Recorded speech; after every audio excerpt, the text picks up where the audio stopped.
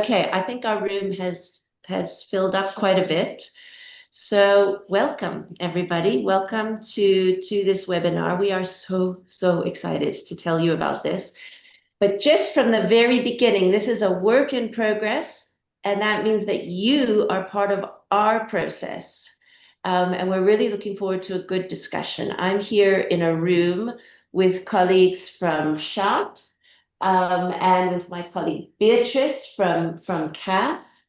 And we have been working on this project also with colleagues with Carol from Gomorrah, Dorman from my team at CAHF is still in Johannesburg at the moment.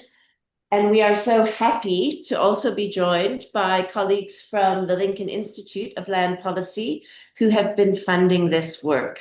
Now, that's quite a thing because, well, we went to them with an experimental question, and we said, so there's this area where the housing's already built, but it's not realizing the best urban form. It's not what would be considered desirable housing, but it looks like something's happening there. The land is amazing. It's on a road, it's next to a transport line, a train line, and so on. Great work opportunities, and everybody's paying rent. And if they're paying rent, that means someone's earning rent, and then people are busy building buildings. So we said, can we do a deep dive to try and understand this area? And Lincoln said, yeah, sure. So thank you very much to start. Thank you, Lincoln, for believing in the question and for being patient as we try to answer it. And we're really trying to answer it from lots of different angles. Etta, I didn't introduce myself. So my name is Casey Arrest. Hello, I'm the Executive Director of the Center for Affordable Housing Finance in Africa. And we have put together this project together with Etta Madete and Kezia and Ian and the colleagues from Shout, and with Carol from Gomorrah. And we are thrilled to be working on this project. Our key question is, can the interests of pipeline, you have to go back one because I was reading that, can the interests in land and property as they relate to pipeline be aligned differently to realize better housing outcomes? That's what we're trying to figure out. And so where did this all start?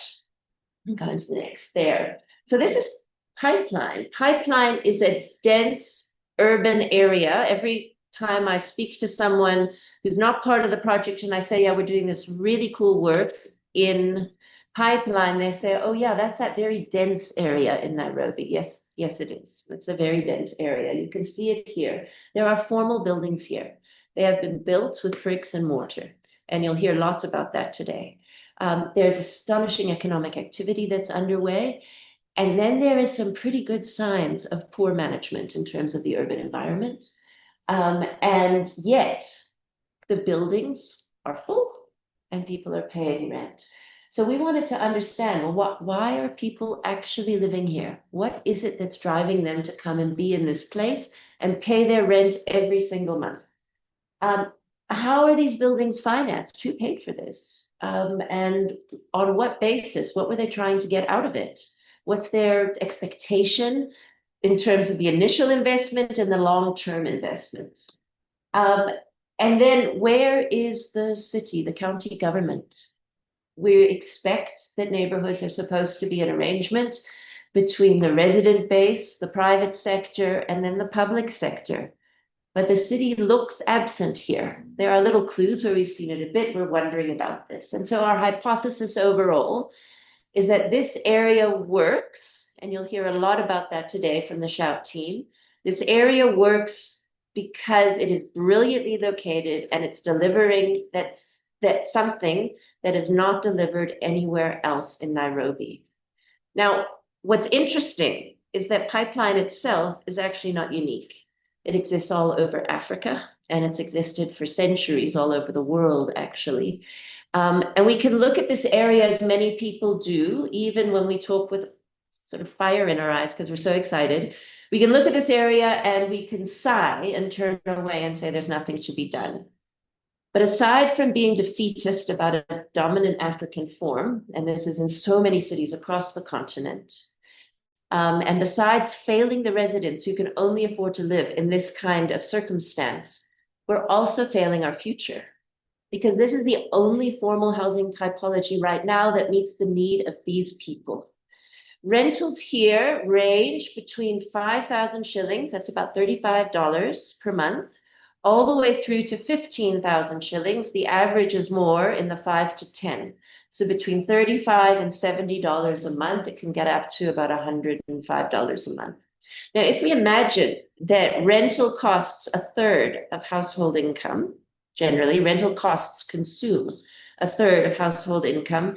This would imagine that the population of households here are earning between $100 and $315 a month, which could be maybe between $3 and $10 a day.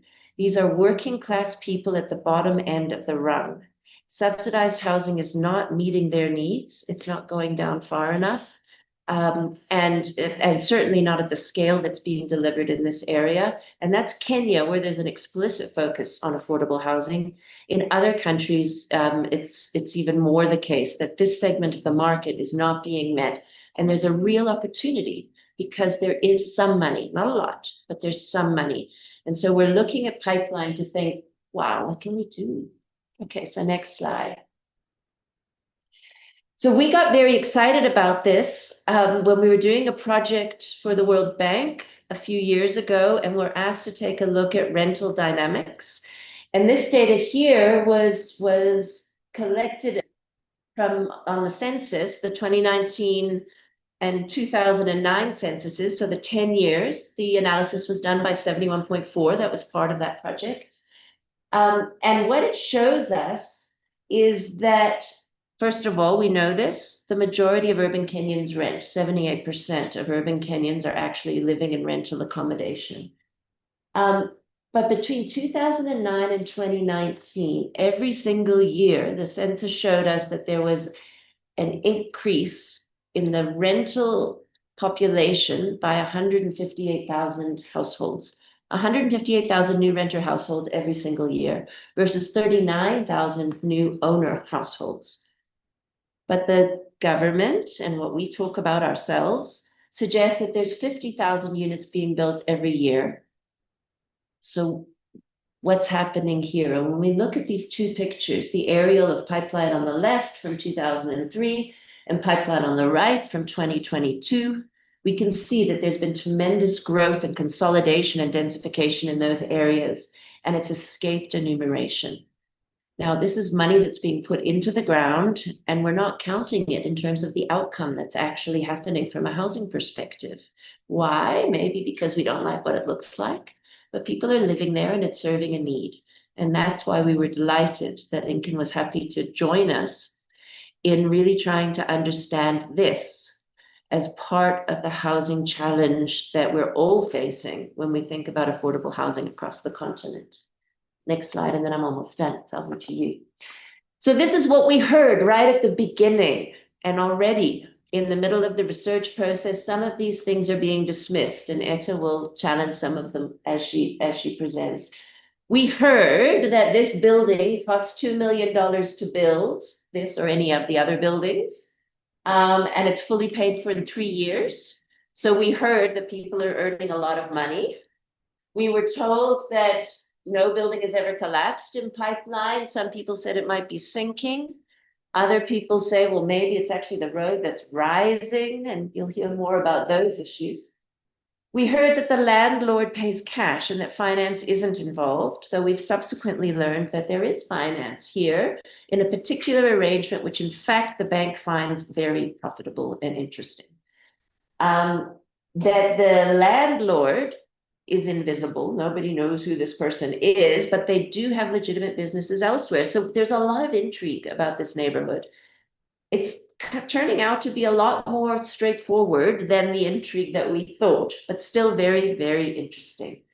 The rental agent, we heard, keeps 25% of what they collect, and that the tenant is there because they can afford that and they don't want to live in the low-rise slums and the informal settlements. They do pay the rent every month, If they don't, they are evicted and they leave. And then we've heard that the city is nervous about entering and that they turn a blind eye. So lots of people have told us that they know stuff about pipeline. What we've been doing throughout this exercise and carry on going forward is to really get a sense of what's happening in real life in this place. And we've looked at it from different angles, from a technical angle, which you'll hear about today from the Shout team, from a social angle. We're doing in the field right now, doing household surveys.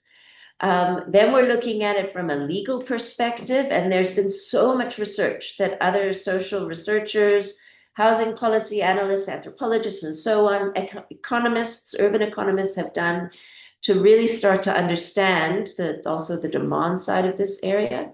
And by the end of this, what we want to do is put it together to say, okay, so what does this mean for pipeline, for tenements in Nairobi, for tenements across Africa, and possibly even wider than that? This is an important urban form that is meeting the needs of very low income, but income earning households. With that, I'm going to hand over to Shout, and thank you very much. Thanks to all of you. Can I just suggest, please, write down your questions in the chat. We will monitor them. And we will do our best to answer all of those questions. And if not, we'll make sure that the research answers it over the course of us moving forward. Thank you so much. Thank you, Kesha, and thank you for the team. It's been a pleasure working on this work. And I think I won't go into too much detail about the overview of the study. Kesha has covered most of it. And just jump into the work that the technical team is doing. So the technical team is basically creating the baseline information that will then form the data that the social surveyors are using to then link to the wider hypothesis. At Shout, we are a sustainable housing technical group. So that's what Shout stands for. We research, design, and develop sustainable, affordable, inclusive housing in emerging markets. So under Shout, we have 3 verticals. We have the Shout Studio, we have the Shout Housing Fund, and Shout Materials. You're all familiar with our Shout pilot project called Zima. And under the Housing Fund, we also have other projects in the pipeline like ANZA and EZA that we're looking to develop from this. We also have an in-house team with Etta and I'm Kezia. And we also have Ian, and the team is broad. For this particular project, the 3x3 pipeline project, we formed a design consortium made up of urban planners, land valuer, architects, and engineers to inform the technical assessment that we're going to present to you today. And so from this webinar, Kesha has already presented an overview of the study. And so we will present to you the study approach, which was very multidisciplinary, multimedia, and multi-scale. And also we present to you the emerging insights from the technical assessment. Some of the questions that we need you to have in mind while you view this presentation is what makes pipeline work, and how does pipeline work, and who can make it work better, and at what cost is pipeline working, and to who's bearing the responsibility for this. And yeah. Good. And so again, it's called Emerging Insights for a reason. We've basically collected a lot of data in a lot of Google Drives and Teams folders and lots of WhatsApps and lots of messages. And we're trying to work out how do we use this data to inform the hypothesis that can lead to better outcome. How can we answer the question with data, not just collecting data for data's sake? So Emerging Insights for this part 1 of this presentation is going to cover 3 areas. One is TAT, which is the Tenement Technical Appraisal tool. That is basically the tools we've used to collect data, the methodology, and the system we're using to get data and analyze it. The second is a Tenement Multifamily Calculator, short for TEC. And in this one, we're going to present how we're pulling the data we're collecting from the site, the technical data, and then we're using it to derive return assumptions that we assume the developers who built and the private investment that went into the buildings were using Then we're going to basically ask the calculator questions. So we're not building a model, we're building a calculator. We're going to ask the questions. What are the sensitivities? What are the drivers? Where are the gaps? Where is the gap from the information coming from the ground? Are they really making these returns? Would they make these returns in terms of a low tenure system? And that's what the calculator is meant to do. And then the third is a tiered intervention framework. That's a TIF. That's basically saying this area is working now. The base is working. It is working because it is there, it is making returns, and there's private investment that's operating in this environment. And then from there, we say, okay, how do we make it incrementally better over time? What is the incentives? That's a carrot. And what is the regulation and the sticks that would be able to really catalyze change in the absence of enforcement due to, corruption and, different ways of navigating the legal system. So tax, tech, and TIF for now. And just to be clear, it's not sequential. In any analytical process, all of this are tying into each other. So we do the data in the tool, then we build the calculator, then we realize there's a missing part and we need more data. Then we come back and come up with an idea about the framework and we fill it all in.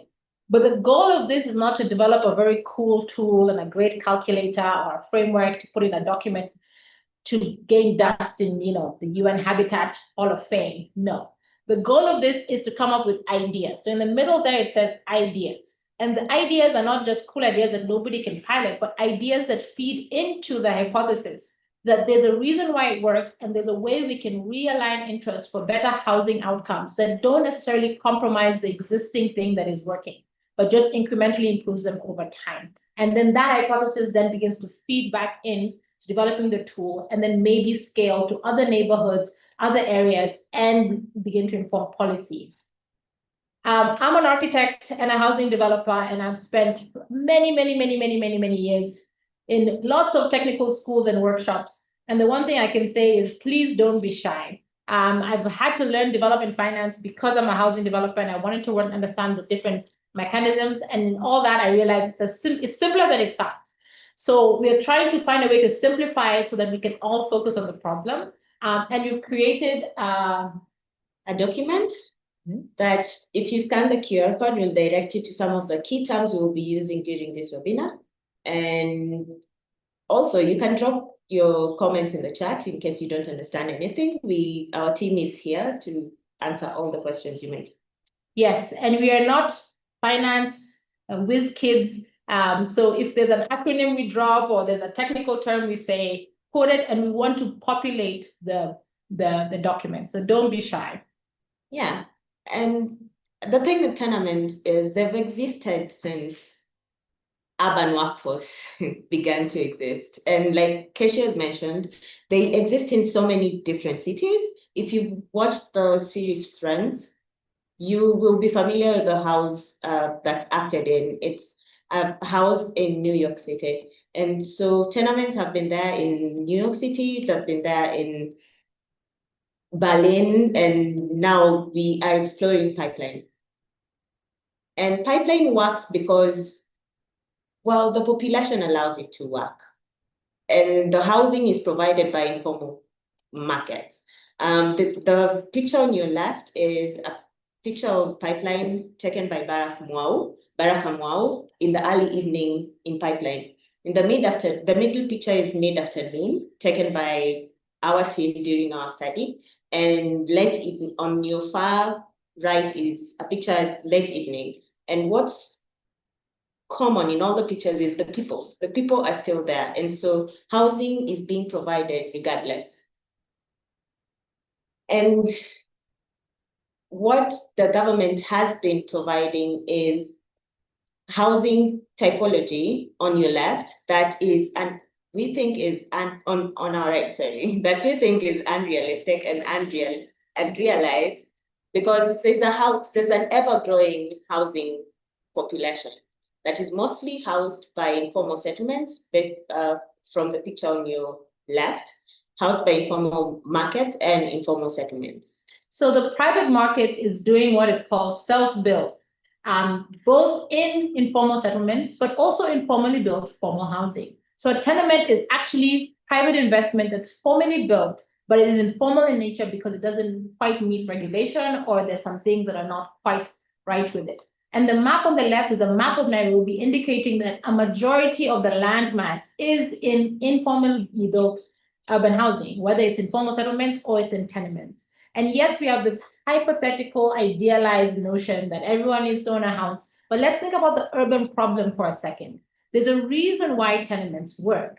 People are looking for certain qualities in the housing, and if it's not being met, somebody will provide for it.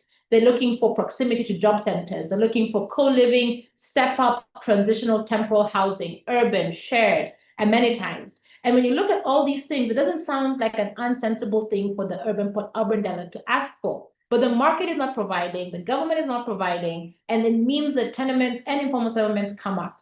And so we have to bridge that gap, not necessarily just by regulation, because regulation is there, it's just not being followed. But also by finding other ways to sort of bridge that gap in a way that has better housing outcomes. And so, yeah, tenements have since existed when our families were ancestors. So the picture on your left is a Malian traditional village, depicting a sense of community that was there back then. And now, the picture on your right is a depiction of co-living spaces that most developers are adopting now. And so this concept here of what the urban dweller needs and is demanding and asking for quite sensibly, you can see in our traditional architecture about how to sort of create sensible communities, to make efficiency, to sort of collaborate and create sensible sort of communal areas. And on the right, developed countries have 100% realized that the urban dweller needs this sort of type of housing, and co-living is becoming an actually sort of like revolutionary movement. And including to how we live inside our internal house. So not just the actual city, but also the internal spaces. Even in traditional African architecture, there was no concept that everyone had to have their own house and suffer and live alone. The co-living concept is something that is inherently how we live and just needs to be translated to the urban context. So the key explorations, as we've said, is what makes it work. So we're not coming into pipeline and saying everything is wrong because, well, that's not a useful thing to say, but purely is because when you go in there with the right kind of lens, you realize it's working for a reason and there's capital that's moving through it. And so we are going to try to simplify everything. And we're going to introduce a guy or a girl called Joe. Yeah, and we're going to understand who Joe is and with what money he wants to build within Pipeline. What kind of building will he build, and what are some of the outcomes that will come out of it? What money does he make back? And this is the secret of development finance. What's the money? What are you building? And what are your returns? And so out of the three questions we're asking, we have to dig a little bit deeper. So we'll start again with the TAT. What is the documentation we collected? And we'll go through quickly the documentation. I think the last time we presented all the data our teams collected, it took like 6 hours, am I right? Dala, Asia, we took 6 hours. So all this information is available in raw form, in all forms, and will be open source. So we're gonna go through and explain that data, then we'll get into the calculator and get intervention framework immediately after that. Yeah, and some of the methodologies we used is we worked with the team from government to get information. We worked with urban planners, city officials. We also got data from land surveyors, and we have an in-house land valuer who was also in communication with our team. We also got information on real estate from real estate experts, had interviews with landlords and their agents. We also got information from our design and engineering team, which then built into the scope of our work. The documentation was all done through BIM, Mesh, and GIS, and also the urban planning and land use. We then mapped this data out, and this is just a mesh of Pipeline, an aerial view of Pipeline. So we got drone photography, but we also worked with Archi Solutions. Brian Babu, I think he's on the line. to come up with a mesh survey. And a mesh survey has a bit more data than just a normal photograph. It actually can be used to actually measure and come up with spatial and aerial information on a landmass. And these are some kind of examples of this, not just the actual landmass, but the sort of spaces, the voids, the massing, and this can be linked on GIS and used to track development over time, but also measure live. And so we did a classified point cloud data set so that every single point of this particular data set is referenceable and geo-referenced, and you can actually put on VR glasses and walk through the space and see how it develops over time. And we did this to be able to collect data on the raw data in terms of the live information, but also link it to the models that we're building. The planning for this for pipeline was done way back, and this is an overview of the study area, which is Pipeline Estate. This also highlights the cadastral overlap with and so we got different plans and maps that basically give an indication of land use, land value, land subdivision, and then again linked it to the main GIS model and the data framework to work out what information is there and what is not. We also built a huge Revit model thanks to the team at GGL. And Revit is a georeference model. So the points here on this massing for pipeline are linked to the 3D mesh survey, but also linked and georeferenced in terms of coordinates. So when the surveyors from Gomori to go and do an interview on this building, it can actually be referenced to this place. If you take a photo, so everything is able to, over time, build out a really good map of the pipeline area and provide a model for the government and the municipality to participate in a more productive and scalable way in terms of interventions. And we can also collect climate data, massing data, like, for example, to do something as simple as what would it cost the government to pave all the roads in pipeline? We can pull out the area of the roads and work out the cost, and then work out how then do we bring that back to the people who benefit. Beyond that, we did macro level modeling, but also individual modeling. Individual modeling is going into the buildings, doing as-built drawings of 5 buildings, measuring each space, and building out floor plates, and using that to then feed the calculator.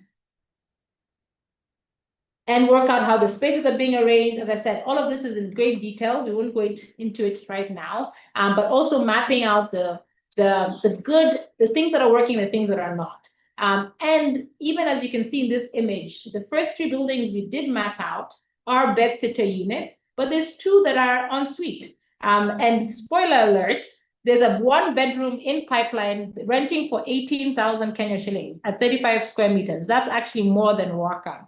And so there's high quality developments that have already sort of gone through the market development of improving the better housing outcomes because they're making better returns. That development we did the math is at 16% returns on a sort of like assuming they followed all the rules, and around 25% returns if they didn't.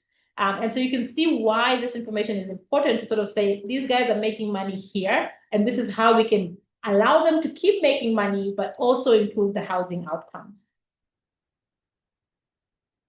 This is just further details that we developed on the models, different surveys of different streets and mapping how the power lines, how the spaces, the gaps between the buildings, how it's affected.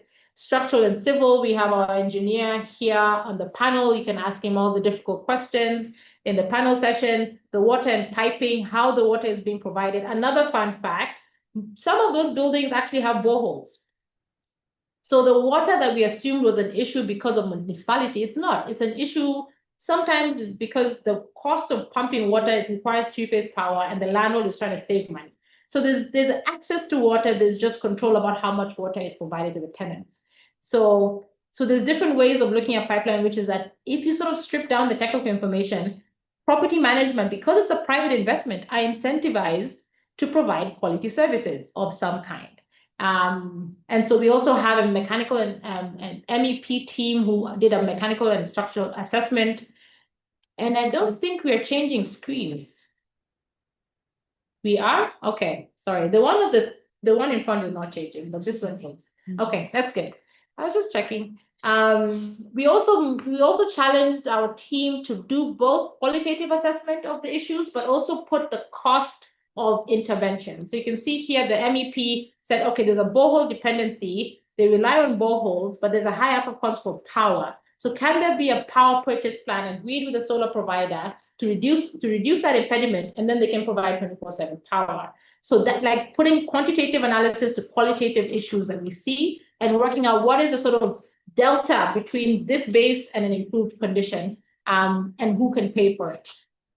Electrical assessment by the same MEP team. By the way, people in pipeline pay for power. KPLC is very quick to fix power because KPLC is benefiting from that purchase, right? So KPLC has a very strong network. I honestly don't think power can go out in pipeline just like that, right? KPLC is Kenya Power and Lighting Company. Sorry. Yes.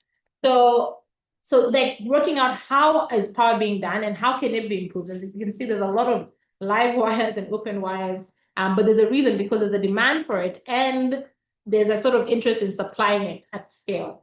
Look at the picture on the left there. That is a building in pipeline. So again, we have different distorted views about what tenements are. Tenements is urban rental, urban form. It's an urban form that is providing rental between 5,000 and 11,000, 12,000 Kenya shillings.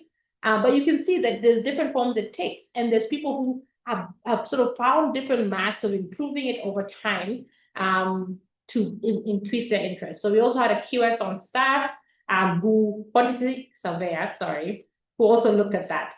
And all this data is being used to feed into the data ecosystem. So we're not collecting data to create a wonderful book that sits on a shelf. No, it is creating a live file, which we will keep adding information to as you come up with interventions. And then from there, we can scale back and say, how can this be applied at policy levels across other types of environments?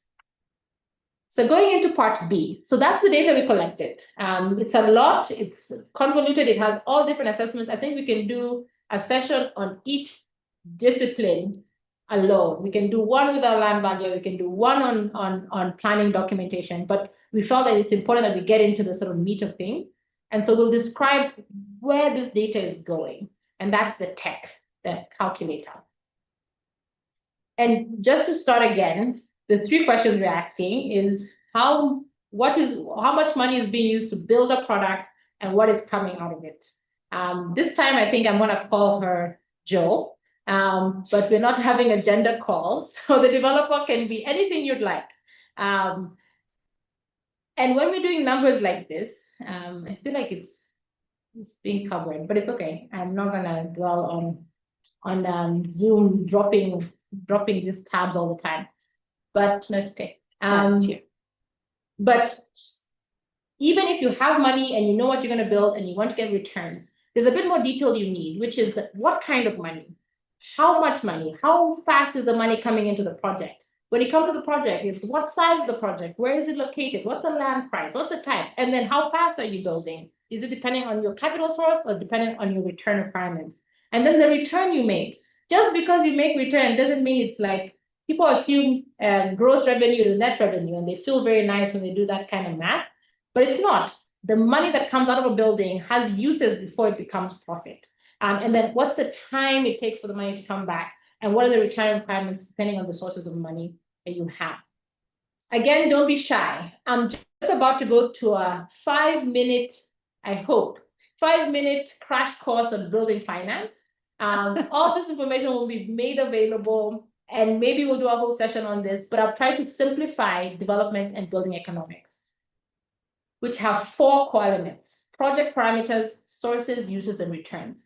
This is really important because this framework is what will overlap a lot of the analysis we'll do. And if you understand these 4 things, you can actually understand development or begin to understand why people develop and why not. But again, these 3 things are not sequential and isolated. They work together. And if the 3 things work, then you get returns. If any one of those circles isn't working, you actually don't get any return. So that's just for the sort of aspiring developers out there. This is the framework I'm going to describe really quickly. And And it follows the same principle, the project parameters, sources, uses, and returns. Under project parameters, before I say that, these, I want to just mention a little bit about ratios. On the top left there, you can see a light green box called ratios. Ratios are super important because it doesn't matter how much data you have, unless you can compare it against a benchmark or compare it against another building, then you can't know whether you're right or wrong. And so in every single segment, ratios drive your comparative analysis and let you know whether you're off, you're above, or you're not. Under project parameters, again, the gross floor area is like the entire building, but you need to be able to extract the common areas to get something known as the GLA. The GLA is a fancy term to mean gross lettable area. If you're doing a project of any kind, you need to work out how much of the area you're building is going to be part of the selling portion, right? You can always charge common areas, but you need to know your GLA to make sure that your ratios are correct. And the most important ratio when it comes to project parameters is your efficiency, especially in apartments. Efficiency is when you take your gross floor area and you subtract the common area, what is the efficiency of your building? To give you context, most apartments need to hit at least 80% efficiency, or they need to charge a ridiculous service charge in the common areas, which makes it a little bit difficult in dense urban developments. So 80%, 70%, even 85, 90%, efficiency ratio is good. So minimizing your common areas, because either the people in the apartment pay for it, it's paid for as a service charge, or you pay for it out of pocket.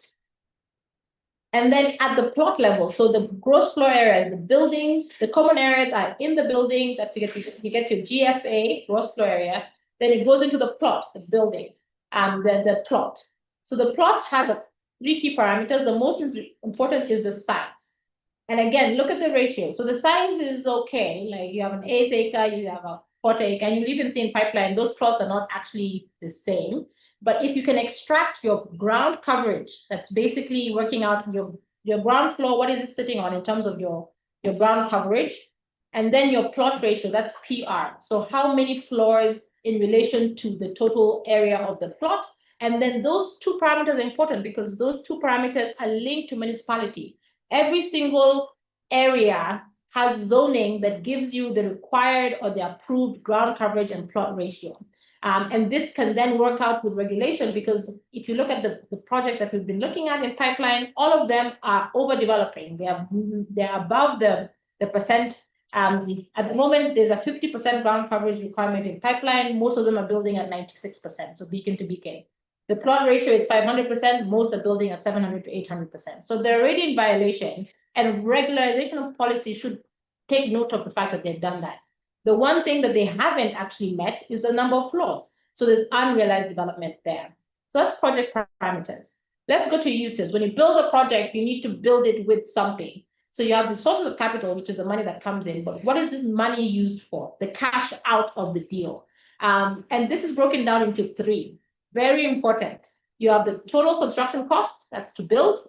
And under build, you have three parameters. Prelims, which is the OPEX in build, including the profit that the contractor might make, right? Then you have materials and you have labor, okay? Then you have development overheads. I won't go into detail about the ratios, but most times it's the materials that cost the most. That's why you can have sort of question marks on materials. Then you have development overheads. Again, people tend to forget this because they just assume, oh, we'll just figure it out. But development overheads constitute permits, the professionals, and the OPEX. In many developments that are basically self-built, you'll find that this is extremely low, but it is never zero. Then you have the land, and then you have the total development cost around that, right? So the total development cost, the TDC, constitutes those three parameters: land, development overheads, and TCC. The beauty is, again, all of these have ratios that you can compare all over the world, right? TCC has the construction cost per square meter. That is a rate you can compare with CAHF documents, with the Nigerian construction. And if you're above and below, you can say, wow, then there's something wrong with my prelims, my materials, my labor. So you can troubleshoot if you can compare the construction costs right now. Development overheads usually is a percent. You typically never want to go above 5%. Most people get to 10% depending on scale, and sometimes as high as 20% depending on the size of the project. And R&D, emotional equivalent of trying to be fancy. And then you have your land cost. Again, land value per square meter is a valuation number. You can Google it and you can check whether you're on track in terms of land value purchase price. And then we usually try to extract the land price as a ratio of total development cost. And land price in affordable housing should not be more than 10% typically. And then out of all this, once you have the uses that you're going to build with, you need to extract the total development cost per square meter. That's at the top there. This you can compare across markets, right? Let's get into our sources. I think I'm at like 4 minutes, so I'm going to try to go faster. Sources are not just net revenue, gross revenue, sorry. This can be sales, rent, or other. It's not just gross, because your sources of uses, sometimes there's a capital stack, which you have to pay back, right? That's the debt, equity. Somebody has to get money out if it's not your money. And most importantly, once you get gross revenue and you pay people back, you have expenses on that money. In rent, you have property management. If you have equity capital, you have return and dividends, or debt interest, and most importantly, taxes. Then you can extract your net revenue from your sources. So again, gross is usually the line number, and the understanding how these other mini drivers are affecting the project can actually affect returns. In your sources, it's important either sales or rental rate per square meter. This is important. If your total development cost per square meter is 30,000 per square meter, your rental rate or sales rate per square meter needs to be above that. So you cannot sell below what you built. So that's just, bad math.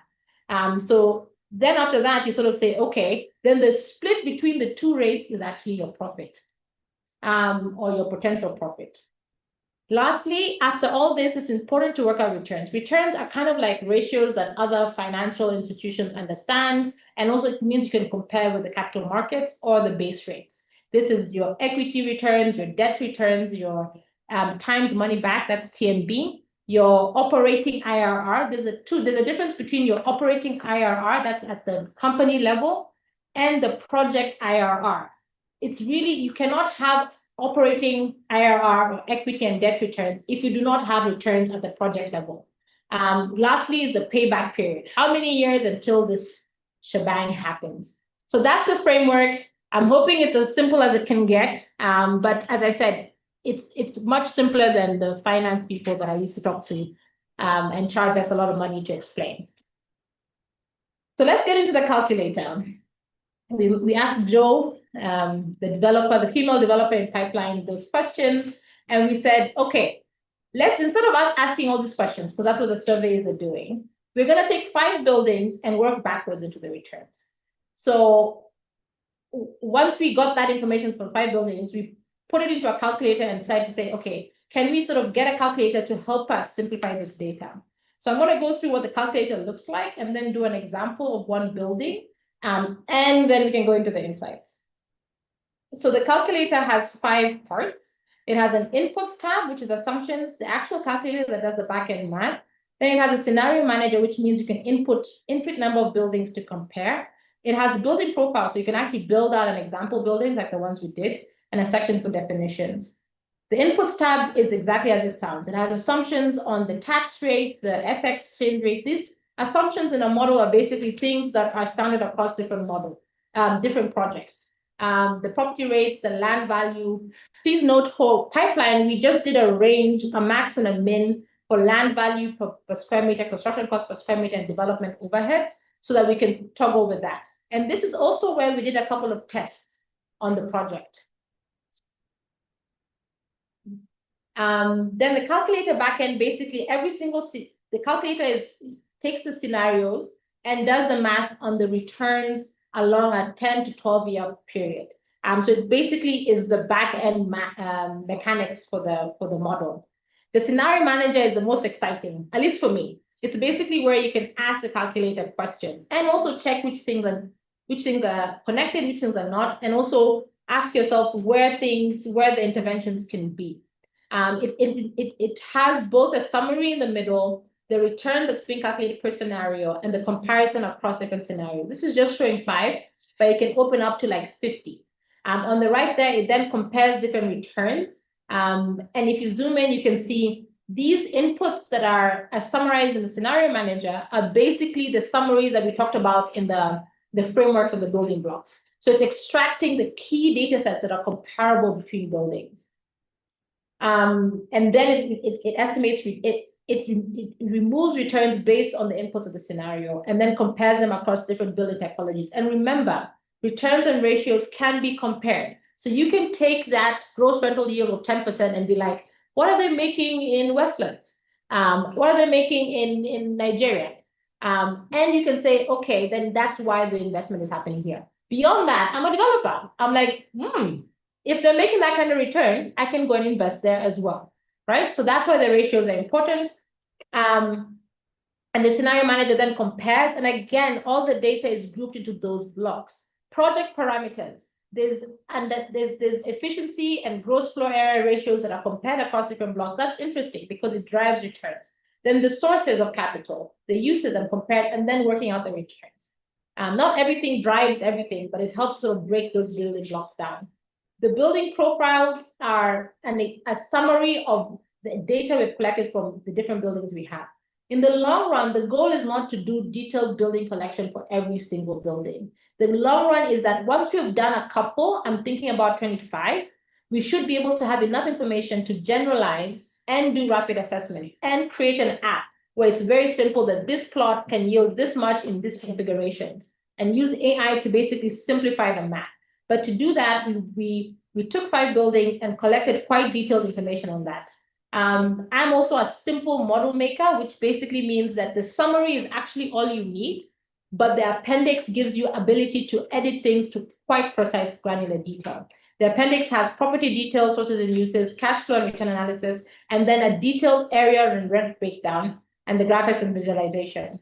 So for example, building 1, with that kind of typology, single rooms with openings, a stair, and a shared washrooms. That's what the building looks like. We have the layouts. We did a ground floor, a typical floor, a roof terrace, did zoning for the different buildings, and did the massing and the sections, and did a summary just about the project itself, but also the key parameters, the GLA, the GFA, the efficiency. But before I dive into that, to get that information, it's important to be very, very precise on the dimensions. So instead of just saying this 100 units, this one's actually 91 homes, this is 104 homes you can see here that are renting at this. We actually said, okay, each of these different rooms have different dimensions, length and width, and worked out, okay, what is the rent for this particular typology, and came up with a gross lettable area. This means that it's much clearer where the drivers are in the project, and it's editable. This is work done by my team, led by Ian, so we can give him a big clap because he did as-built drawing in Shoutline. In Pipeline. So from there, you can see it generates property details. So that is a rent and area breakdown per house for every single house, but then it generates the gross level per area. And then also the plot length is there, right? The plot width, which means we can do other ratios. Remember that diagram? We can do development potential ratios. So right now, this development is built at a height limit of 7, but the regulation allows 10. So there's an unrealized development potential of 3 floors. Why didn't they build to 10? Question mark for the engineer, maybe. Then you have the plot ratio. So you can see here that they're building, and plot ratio can be in number form or in percent.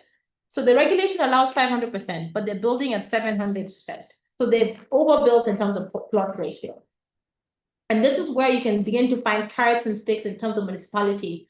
And for example, they're building at 92%. And then I would ask the municipality, why is there even a rule for 50% in tenements, in a tenement-like pipeline? That seems like a room for corruption. It's ridiculous. And so that ratio is where that comes in. And then you can compare and then say, actually, the constants across the building is that all of them are building about 95%. And you fix that as a term in future rapid assessments. Then in the same table that we just did, the appendix 1, this one, we also have rental data per unit and the different shops and the single rooms. And then that gets us our gross rent. Then we do a ratio. We've done 25% in this one, but as I said, I think it's circumstantial. And get our net rent. The minute you have rent, you can actually work out your returns. Right now, we're assuming no cost of finance, but that's something that we've already added into the calculator. So to say, if the banks are investing here, are they using cash flows from the NOI, the net operating income, Or are they taking collateral from an untenured land plot?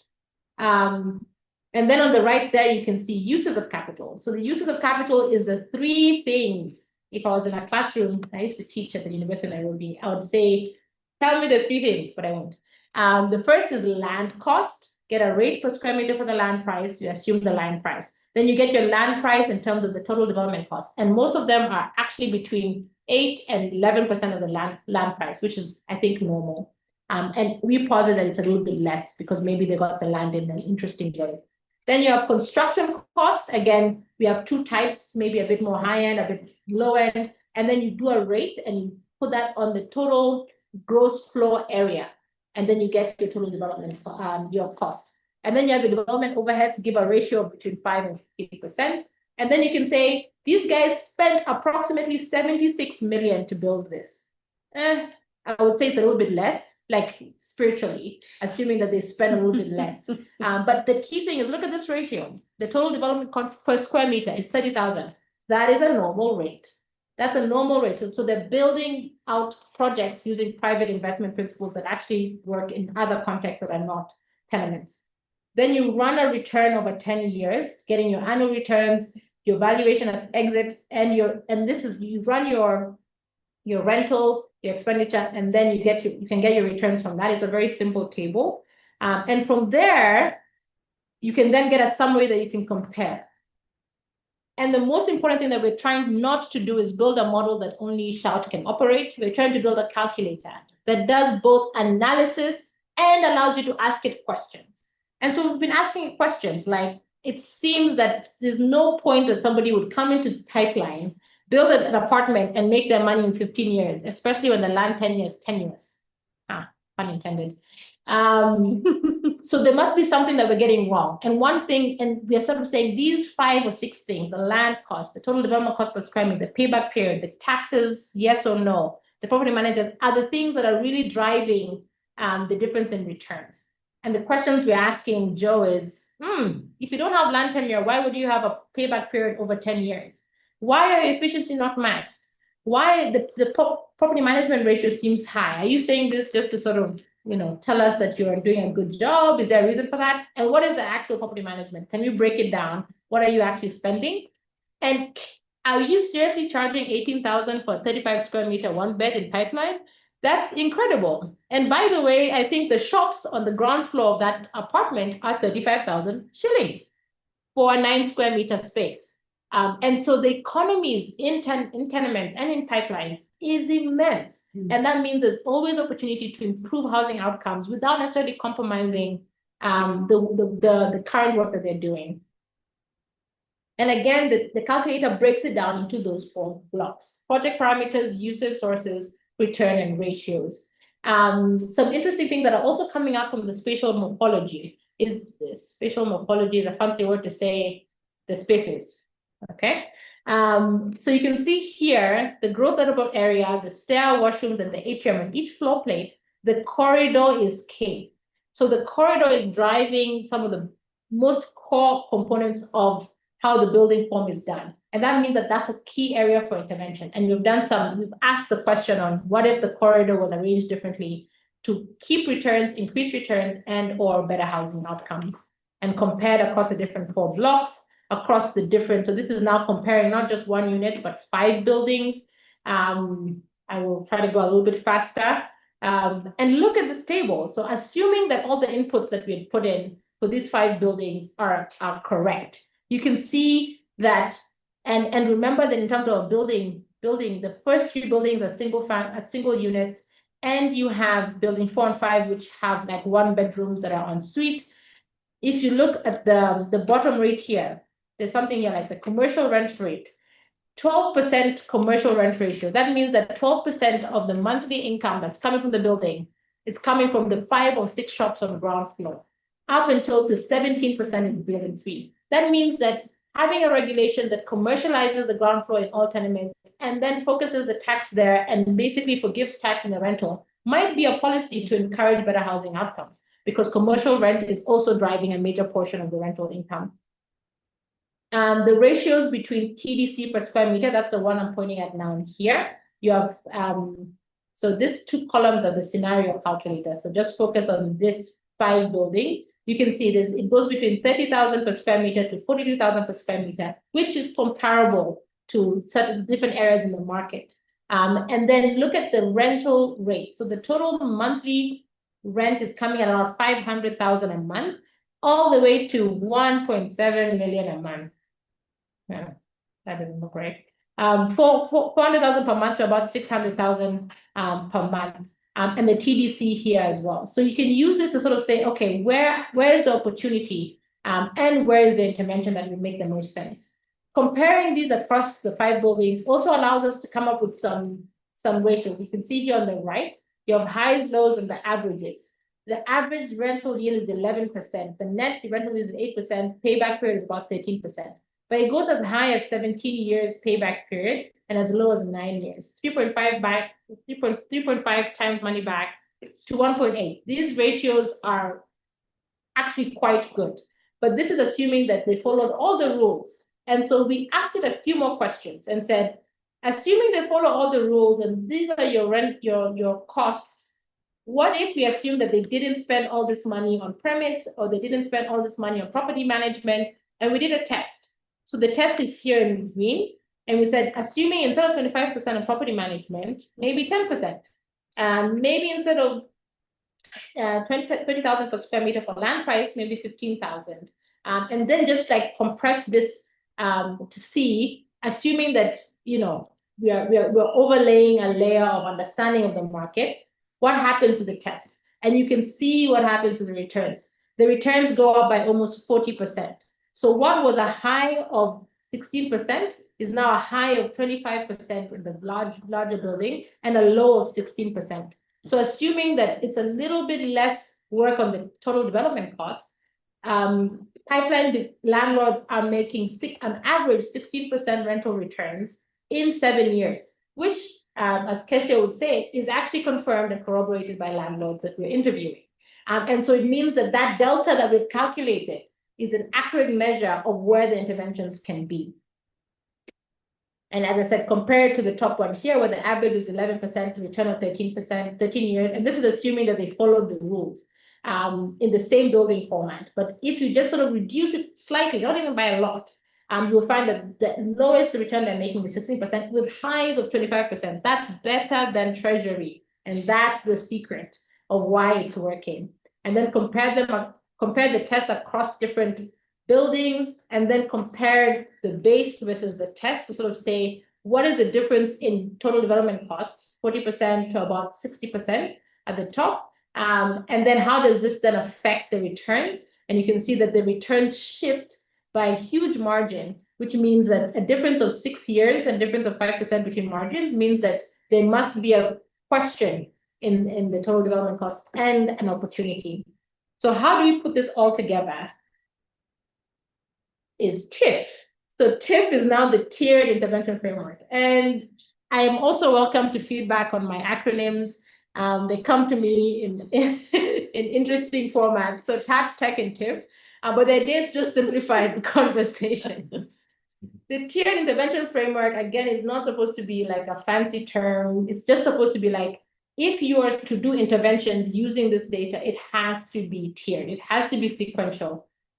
The lights are flickering. So if I disappear, let me know. You're still here. Good. Okay. And so the emerging principles. So this intervention program has sections.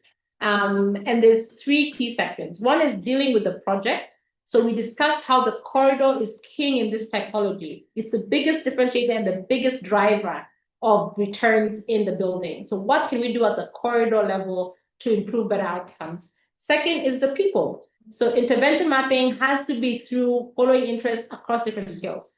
And then the approach. The approach deals with both the returns in the absence of enforcement. So it must be tiered and assuming that people will just follow the market as long as the market follows them. And then making sure that even if there's an improvement, there's a why. Why comes before how, and both are completely necessary. And that means that you need to have both carrots and sticks. And even if you have a carrot and a stick, if somebody doesn't know how to do it, they're not going to do it. This is an example of our wonderful curriculum, the CBC. So you have a wonderful tool, and you have the government saying you must follow CBC, which is competence-based curriculum, but there's no tools to improve schools to get there. There's no training for the teachers. So why comes before how, but both are very necessary. So we'll quickly go through the tenement corridor configuration, which is basically the assessments showed that corridors form the largest component of each of the shared spaces after the gross lettable area. And that's where the opportunity would be, and that's a differentiator. And if you look at all 5 buildings, we sort of said, okay, the components are the atrium, the homes, the corridor, the stair, and the wash closet. And then said, okay, in the single room, you can see how important the corridor configuration is. And this is a decider because we do reciprocal development. Reciprocal development is basically that somebody comes into pipeline, doesn't talk to an architect.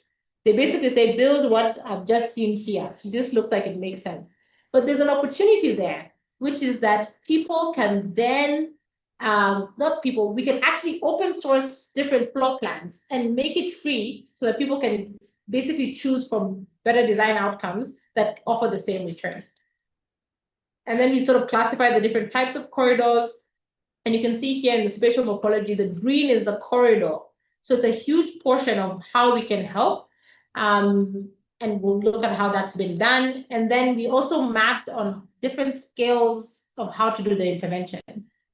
Again, when we do intervention mapping, either we stay too high at the neighborhood level or the macro level and not at the individual home level, or we start too low. At the first tier, the land tenure regulation at the neighborhood, block, and street level, it's highly grouped and there's high public investment. For example, one road in Pipeline was recently improved by the group of landlords that said, if we improve this, we'll get better rent, let's come together. It's very difficult to do interventions at the block or street level if you don't have multiple buying in dense urban neighborhoods. And lastly, you cannot also forget that you have to go down to the home level. And so finding interventions that include private and individual investment is just as important. And then when you're talking about tiered intervention framework, it is what we've been saying this entire time. Pipeline is working. If you want to improve it, you have to give people a reason why. And it's more important to work out what the delta is from base to better than it is to sort of say all of it is wrong, demolish it, and go to the next step. So we have come up with a sort of step-by-step process. If the base is working, what is better? And the better is the least change to obtain any better outcome. And we'll show an example of that. Then you have regulation, and we've broken regulation into 2. This is really important. Our level 1 regulation is assuming just healthier outcome that follows regulation, having 2 stairs instead of 1, putting an elevator for fire safety, separate WCs, and improved atriums. Regulation level 2 is usually where everything goes wrong, where they say no single rooms, have setbacks, have 1-to-1 parking ratios, which means that the whole of Pipeline is illegal. And if you're to do that, you actually negate the housing typology entirely. Second is that you can also have aspirational qualities. As you can see, there's already improvements in the typology within Pipeline. And so we're heading towards co-living spaces, improved spatial quality and shared spaces in level 1. And we've done some examples of very simple steps that can actually improve having longer, narrower, not square configurations that has the same area and has the same return outcomes. And then, super aspirational, again, begins to negate the typology of what it's trying to solve. We're trying to basically say, can we provide co-living tenement housing that is doing the same kind of rent for the demand and the supply? So both the developer is making this similar kind of returns, and the people living there are paying the rents that they're paying now. But all of this is moot if you don't find a route through. So you cannot incentivize this unless you work on the why and the how. And this is both incentivizing carrots and sticks. And tools we are working on. So there has to be a catalytic component to this. Some examples is inspiring competition by having developers come in and do a better form that then inspires better market transformation, improving land tenure so that you can improve investment, reducing operations or increasing rent. That's a better option. Regularization policy, increased enforcement, or using a carrot, which is higher development rights. So you can build more, but follow these rules, as opposed to sort of say, don't build badly. And then aspirational can be through market shift. So the demand, the people in the houses demanding better housing and that moving forward. One example is we looked at the floor plans in each 5 buildings. And lo and behold, this is building 1. You've done this. This is building 1, the base currently. Rearranging the houses, keeping the rooms the same, keeping the gross lettable area the same, GLA the same. You actually get the same number of units. You get the same number of units.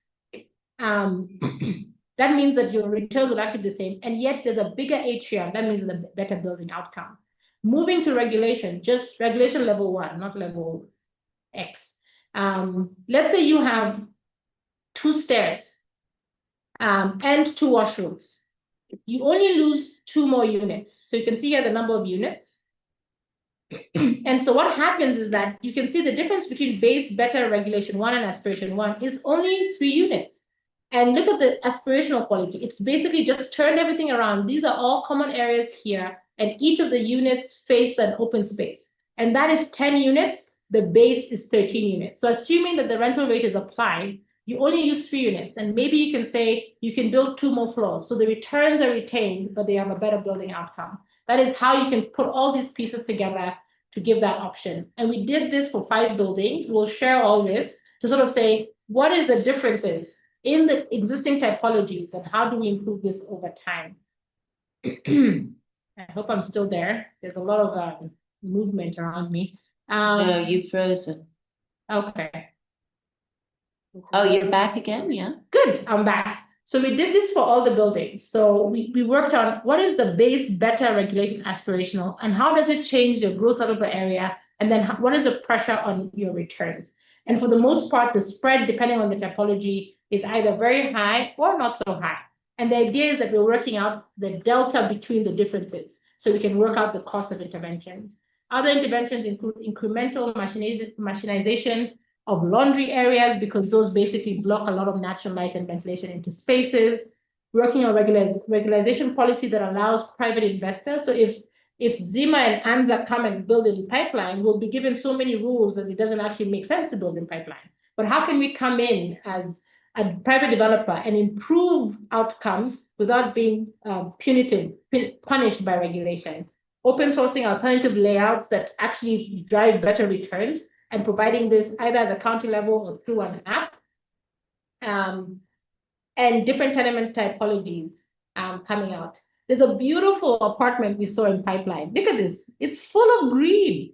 Somebody just like in the middle of pipeline decided to create a green oasis. So there's potential for urban greening either through incentivizing or carrot and stick or solar power purchase agreements for water pumps to improve water outcomes. We discussed this.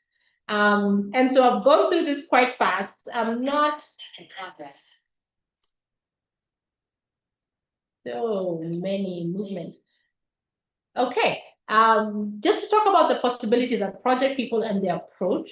And the goal next is to keep using TAT, TEC, and TIFF to keep feeding into the story that we're trying to build and work on several ways to scale it. So open sourcing the information, creating a rapid assessment, RATAT, rapid assessment technical tool, using tech, actual tech, to help the calculator into like an app that anyone can use. And in the intervention framework, TIFF is how do we use TIFF to create pilots and policy that can scale. And financial products. And financial products, right? And that drive private investment and tell regulation to sort of meet us in the middle. And through it all, we're still feeding into the work that the larger team is doing to answer the question of pipeline through both the social and the technical survey, feeding into the larger data ecosystem. Thank you. Fantastic. Great. Etta, there's been a bunch of questions on the chat, many of which I've tried to respond to. You have them all in front of you as well. Yeah. So I'm very happy for colleagues to add to the answers or to contradict them. We are a work in progress, and we really very much want your ideas and impressions as well as your questions. And all of this is really helping us move forward. Kezia. So we will be going into a panel discussion. I would like to introduce the panelists. First, we have with us Sarah Kimpaye. She can turn her video on. She is our mechanical engineer with the team, the 3x3 pipeline team. And also, she is also the lead at Sanaki Services Limited. She also works with Anthony Mwangi, who was still is, the electrical engineer with the team. And then there's Brian Otieno, who's the structural and civil engineer with SMP, Sam Martin Consulting. And we have the quantity surveyor, Edwin Munua, who will also be with us, responding to some of the questions we are asking. And lastly, our land valuer, Gloria Awinja, I hope she's in, with Springtide Limited. And what we'll be exploring are the key questions we asked. What makes pipeline work? The what, how, and who can make it work better, and at what cost, and to whom. This panel discussion will be moderated by Kesia Ras. No, by Eta. That was a quick change. So I think the idea of this session is that we did a really quick overview about the sort of where we're going, what we're trying to deliver, what we're trying to understand and ask. But it's important to get to the technical detail. So I think we've brought in some of the technical specialists who will give an overview based in their section, discussing what makes it work, how can make it work better, and at what cost. And I will start with the numbers guy. So Edwin, the QS will speak. I'm hoping you can share his screen. And Show your face. All the panelists, please show your face. So Sarah, Anthony, Edwin, these are great. Brian. I'll also give a huge shout out to Seal Associates. These are the people who work really closely with me, panel beating, financial models. So they're part of our shout team. So please look them up. They're great. Great. So this is the team. So we'll start with Edwin. So what is working, what is not working, and what are the pricing variances you're seeing, and what is driving this? You can also introduce yourself. Okay, thank you, Eta. My name is Edwin, as rightly stated. What makes it work?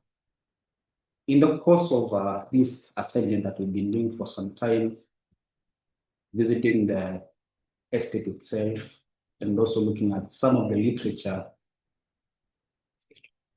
that has been written, because apparently pipeline remains one of the most studied estates from what I've come across.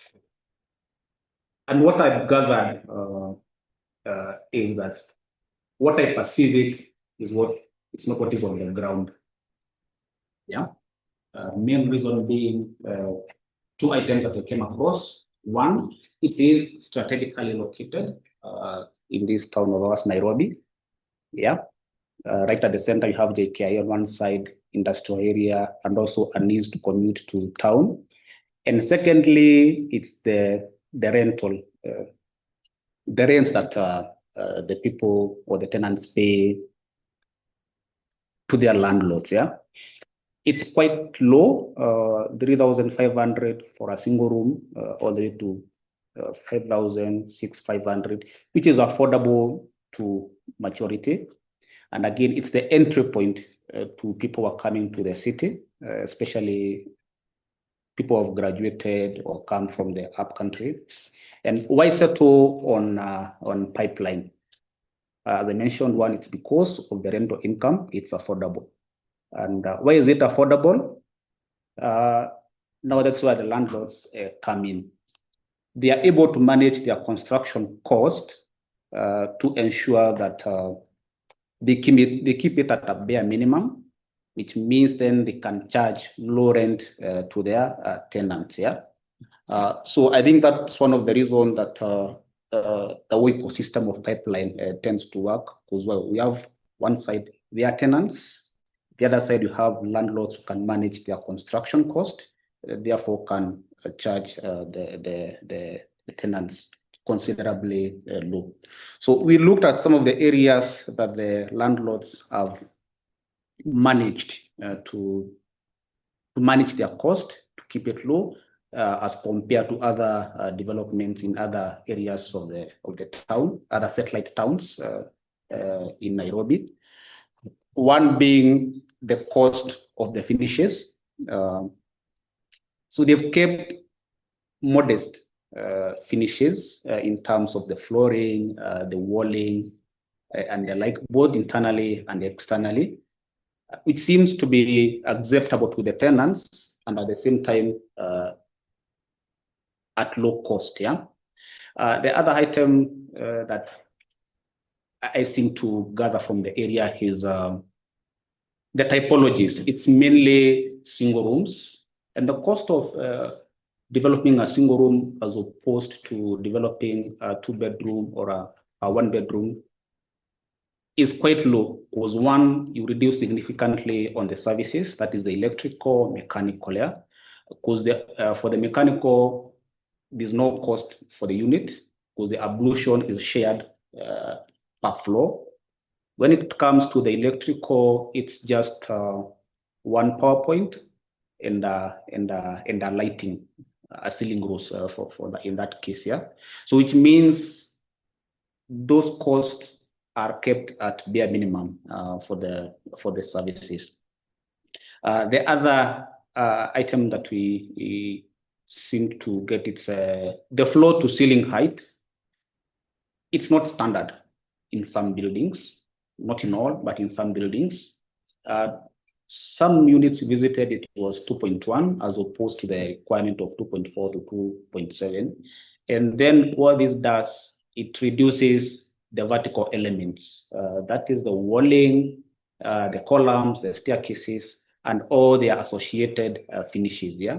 So once they cut costs on such areas, it means that the bottom figure in terms of the cost of construction, it's kept a bit low. In the slides, well, it was presenting the sample project, quote unquote. I worked, the cost of development was coming to around 30,000 per square meter, but the cost of construction in that was around 25,000 per square meter.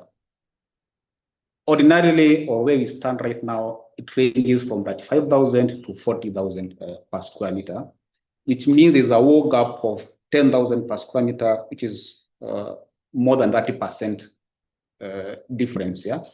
So it means that if they can lower their cost up to that extent, then even the rent they charge can be reduced significantly, and then it then translates to the tenancies and all that. So I believe it's working on the numbers that has made a pipeline what it is today. Two parties on either side, which seem to work. Then the relationship seems to work. Yeah. Thank you. And I think that's really, really important, which is that there's 3 key drivers. One is the quality and scale of finishes that is being employed. The floor to ceiling height is a little bit lower than normal. So that reduces cost across the entire building floor plan, the gross floor area, remember that. And then the typology is actually driving that cost. Because you don't have bathrooms in every single unit, you have less piping. So the typology is driving that return. Again, going back to the fact that we don't have to negate the typology to fix the problem, because the typology is driving that lower rental.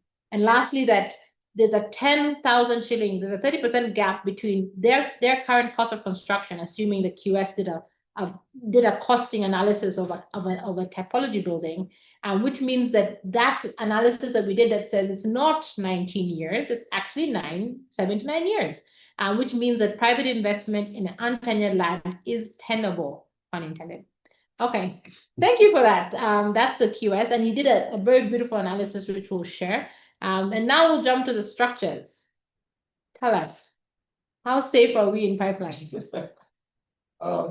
Thank you for giving me this opportunity, Etta, and Shout in general. Thank you so much for organizing this webinar.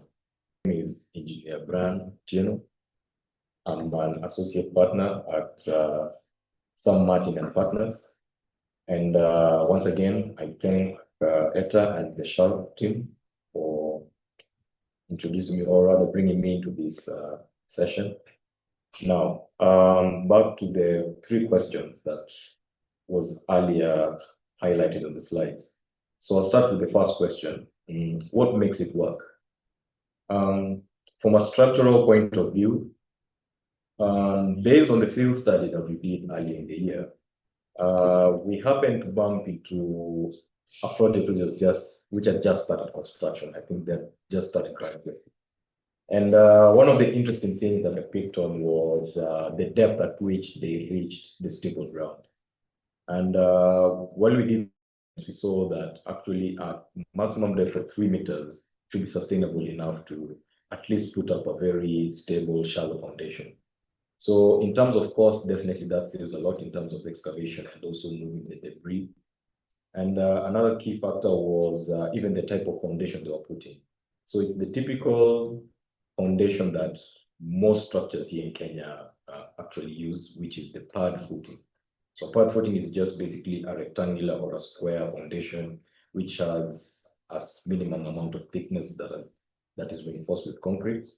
And based on that, if you were to do some technical analysis in terms of the structure, you find that actually it's very sufficient to at least hold up stories of a maximum of 7. If you were to look, there was another slide which was shared, and they were saying the maximum number of floors that are actually allowed in pipeline is 10.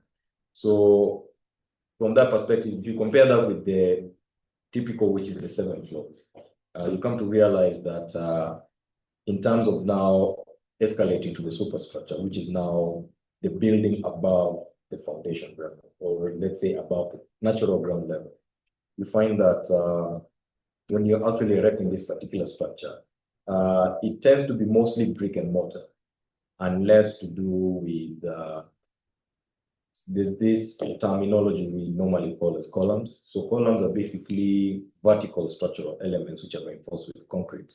And if you actually do a comparative analysis in terms of costing, you find that brick and mortar, which in turn, in a structural point of view, is a load-bearing masonry. If you actually compare the cost of these 2 particular types of materials, you find that the load-bearing masonry, which is brick and mortar, is far less cheaper. And given the fact that you have a very stable ground, and also looking at the general arrangement layout of these particular structures, you find that you can actually maximize on the strength of these brick and mortars. There's a slide which was shown on assessment of the civil structure, where if you were to look at it from a point of view, you find that the opening spaces, especially on the windows and the doors, you find that these openings are actually very minimal. So that actually gives an advantage where even in terms of the load transfer, and also maybe when now the building weight is being transferred to the foundation, you find that it's actually very sufficient. So the fact that you have the openings, it sort of like caters to the intensity at which this building weight is actually moving down. So that's question number 1. Question number 2 is what, how, and who can make it work better? First of all, let's start with the statutory regulations.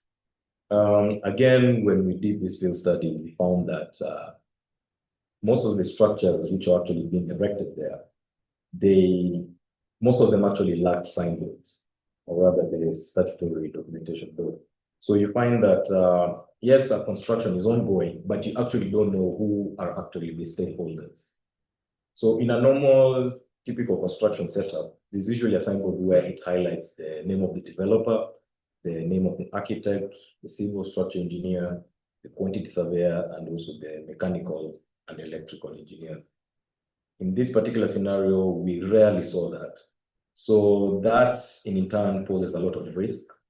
And when you come to now the structural point of view, or the structural aspect, the amount of quality control that is actually being undertaken is very minimal. So you find that even the construction workers who are normally supervised by the foreman, they're usually hired based on experience. Yes, you can have experience, but experience can be good and experience can be bad. Yes, you say you have experience putting up this sort of type of structures, but what was the approach? And when I mean approach is, of course, in terms of design. So as structural engineers, before we embark on a construction project, we usually take drawings from the architect. And once that is the case, we do something known as a feasibility study. So with these feasibility studies, where now we go to the ground and assess actually what type of foundation is actually under this natural ground level. So those are the key factors that we usually take. And then also number two, we look at, based on the general arrangement from the architect, how can we optimize the use of the material that will be coming in? And this is also based on the material selection. So we can either decide to use brick and mortar if it's deemed sufficient, or we can use a concrete frame structure. So a concrete frame structure is now where I was talking about the columns, which are vertical structural elements, and also horizontal members, which are known as beams. So in that case, it's a matter of just looking at how we can actually maximize the efficiency of these materials and also save the developers' pockets. And coming to what we're actually witnessing in pipeline, you find that some of these parameters actually lack. And with that case, you find that there are a lot of risks that come into this, where you find that, yes, you might purchase the materials, but there's no one actually to assess how these materials are being used. For example, concrete. Concrete is a very delicate material. And as engineers, we are mandated to check what amount of strength can this concrete be used in order to take all the building weight that is coming from this building. So normally when we do our designs, there's usually a certain figure that we usually work with. And this particular figure in layman terms, no, not even in layman terms, but by rule of thumb, most construction projects in Kenya usually consider a particular mixed ratio of this concrete. So as much as, yes, we describe it in the design, we also need to verify it when construction has embarked. And one of the ways of doing this is doing material testing. So material testing, we do cube samples, at least minimum of 3. And then these cube samples are taken to the lab, and then they are crushed. And then now from that, we get a report showcasing what amount of strength it's actually achieving based on the number of curing days of concrete. So these are some of the vital data that needs to be put in place. And based on what we're looking at in pipeline, these are some of the factors that are actually missing. So how we can make it better? It starts from the grassroots level. And the grassroots level comes now from the planning department and the Ministry of Public Works, where they need to tighten these control measures and just try and mitigate the repercussions that might come afterwards. Yes, we've never had cases of buildings collapsing in pipeline, but that doesn't mean we are completely out of risk, because an earthquake, for example, can occur anytime.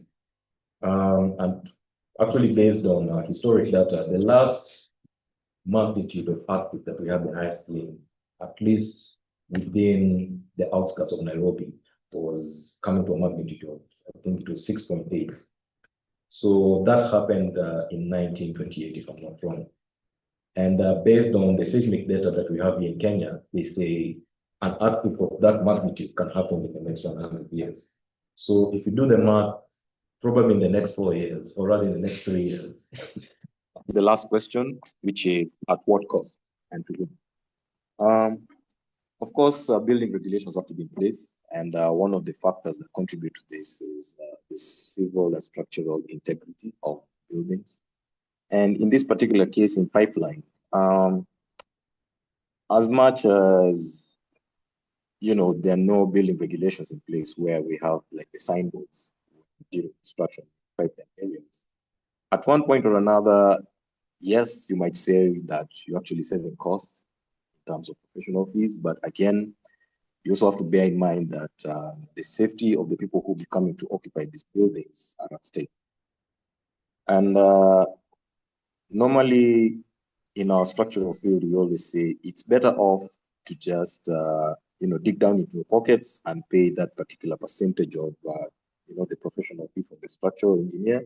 Because at the end of the day, looking at the data that Etta and the shouting man shared, the amount of maximum returns that you gain eventually won't be affected much. I remember she made a point of saying that if there are no building regulations in place, you get a maximum return of 25%. And if there are no building protocols that are followed, you get a maximum return of 16%. Budgeting for that professional fee, then you're definitely good to go. Because even at the end of the day, let's say you as a developer with time, you do property. Of course, there'll be assurances in place. And probably there's someone who will be buying this property from you. And one of the key factors probably they'll want from is, that buffer of safety. And one of the buffers of safety, of course, is the structural drawings. They want to see, was this building actually approved? Did it actually go through the process of, getting that building occupational certificate? Otherwise, if that's not in place, then, the building itself is deemed insufficient. And with that, you might as well lost all that money that you used to put up the structure. And it's admirable to ask people who are making 25% returns to make 16% returns, but follow the rules. Yes. And I think the next step is to say, this is a different type of typology. It's not for sale, it's for rent. So the person we must convince to build correctly is the landlord, and to say that the thing that will hurt is your rental, right? The second step is to sort of say, okay, if you don't follow regulation, what happens in not necessarily 5 years when our earthquake is coming, Yes.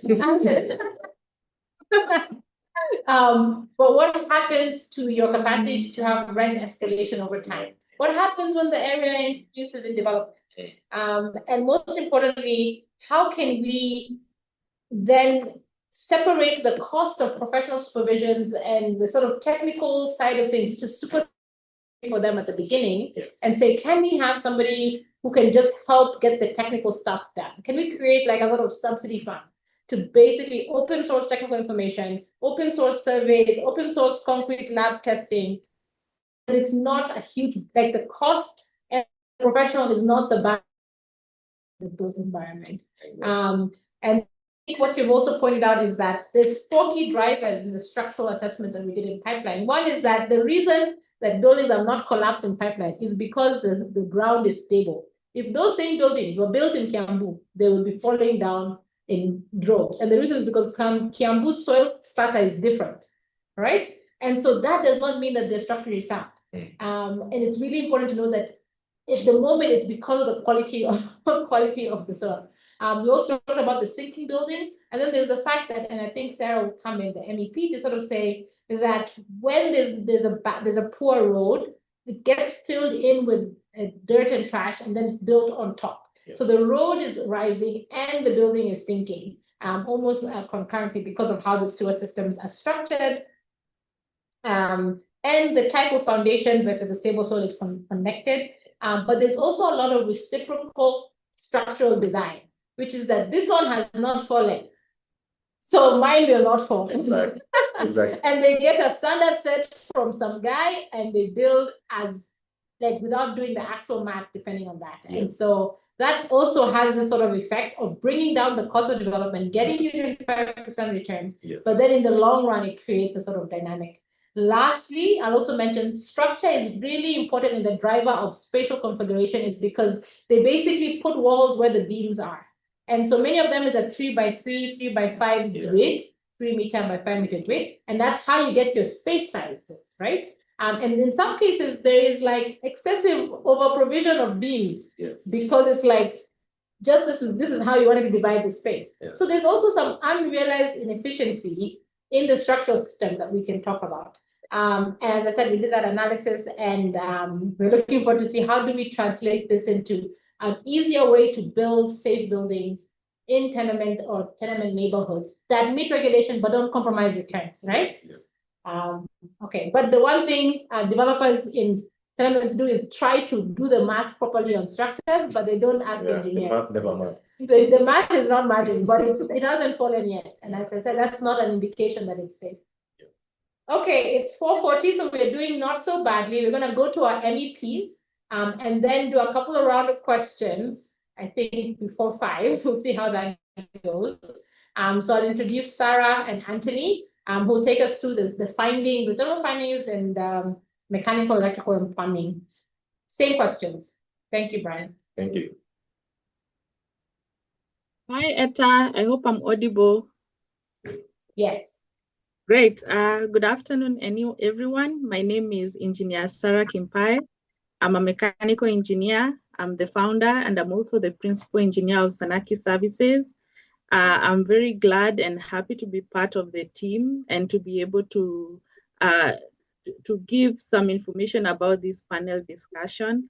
So I'll try to be very brief in terms of my presentation. I will answer the 3 questions based on mechanical and plumbing installations in pipeline. Then my colleague Anthony will present on electrical. Okay, I'll begin with what makes it work. And the principles that we were looking at in pipeline were the water sourcing, water storage, sewer and rainwater drainages, LPG gas, and fire protection. So what makes it work in pipeline is the fact that there is a lot of alternative sources of water. So you find most of the buildings have Nairobi Water and Sewerage Company source of water that is coming directly to the tanks, and then it is distributed in the shared facilities. So this is one source of water. There are some tenants, there are some landlords who have installed boreholes in their apartments, which act as a backup. And if the 2 sources don't work, there are vendors who they can buy water from, and they are able to store this water in their balconies. They store water in the roof. Although the water stored is not enough, but at least there is water. So the people are quite resilient, and they use the water that is available until the next supply that comes to them. So that's what makes it work. The mixed use of water sources. For the drainages, we find that they have actually mixed the rainwater drainage with the gray water or the black water. So the water from the rain, the water from the toilets, the water from the showers all go through the same system, although it is not practically safe, or even it's not even legal, but that's what happens in pipeline. So you find that sometimes it affects the manholes. The manholes fill up quite fast because the rainwater goes in these manholes, they fill up, there's a lot of overpour of this water. So it becomes a risk, but that's what makes it work.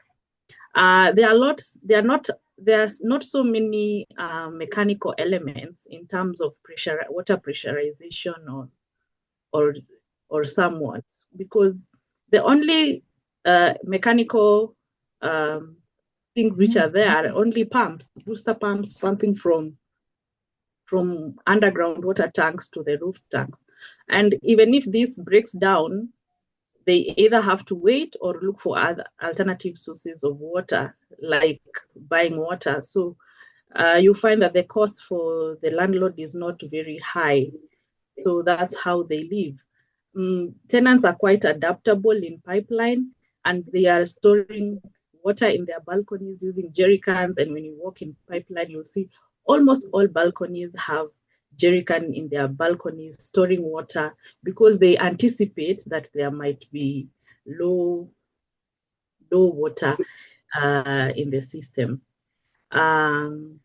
So another thing that makes it work is the shared sanitation. Most of the buildings in pipeline are bed sitters, and therefore they have the shared facilities. So this is cheaper for for the landlords to construct. The pipe work is not a lot. And as I said, the tenants, they are adaptable, so they use the shared facility and they have no problem. I guess that there's more problems for people to think about rather than how many toilets they have. This is affecting them in a risky way in terms of the health risk for sanitation that they might experience, the water shortages, the air quality. They might experience poor air quality because the houses are built next to each other and they're very tight. Like there is no space in between building. So you find the sanitation is the most affected areas where sometimes there are no windows and the windows are just next to another building. So there is no natural lighting, there is no natural ventilation. So that's what is affecting them. How we can make it better? We can make it better through sustainable design. Maybe designing for better water storage so that the water is enough for them. They don't have to have jerry cans. But as you know, in pipeline, they don't use like mechanical engineers and all that to get the water calculation demand for the population. So they only design for what they think is enough, although it's not enough. So better design can make it better. Separating the drainages, getting the right water in the right drainage, like storm water in the storm drainage, gray water in the gray drainage, that can work. Fire protection, when we walked through pipeline, we didn't see any fire protection measures. So there's a quite risk in case of any fire. They will have to wait for the fire brigade to come and put out the fire. So a better design of that could make it work. To upgrade the pipe work installation. When you go to pipeline, you see so many pipes on the surface. So people step on them, cars step on them, they break down, then other pipes are built on top of those pipes. So you find that the design is not very well done. So laying the pipes well, that one can improve the water sanitation, because even there's an effect of this water being contaminated. The fact that these pipes, the one that is providing water is being on the surface, and anything can get into the water and it can affect the users. There's some time we saw like an LPG burst in one of the houses. So better audits, better vendors, if the government can be able to manage the people who are supplying gas, to supply safe gas in safe containers, because some containers that is being sold in these areas might not be certified. So this can really help in providing safety in case of the LPG gases. As you had presented, Etta, the design of the building, once you provide good ventilation, it can really help in providing good air quality for the tenants there.